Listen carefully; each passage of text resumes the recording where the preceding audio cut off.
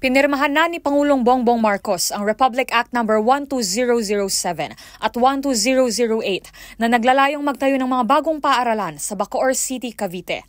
Ayon sa Malacanang, inaprubahan ng Pangulo ang panukalang batas noong 13 ng Hunyo at ngayoy ganap ng naisa batas. Batay sa Republic Act No. 12007, itatayo ang Progressive Senior High School sa Progressive Village 3, Barangay Bayanan, habang isang Progressive Elementary School naman ang itatayo sa Barangay Molino 2, sang-ayon sa Republic Act No. 12008.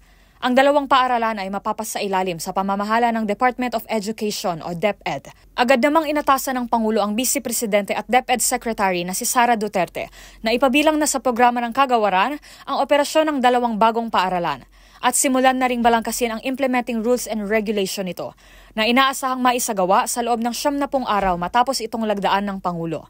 Laman ng IRR ang organization, administration at operations and management ng mga paaralang ito.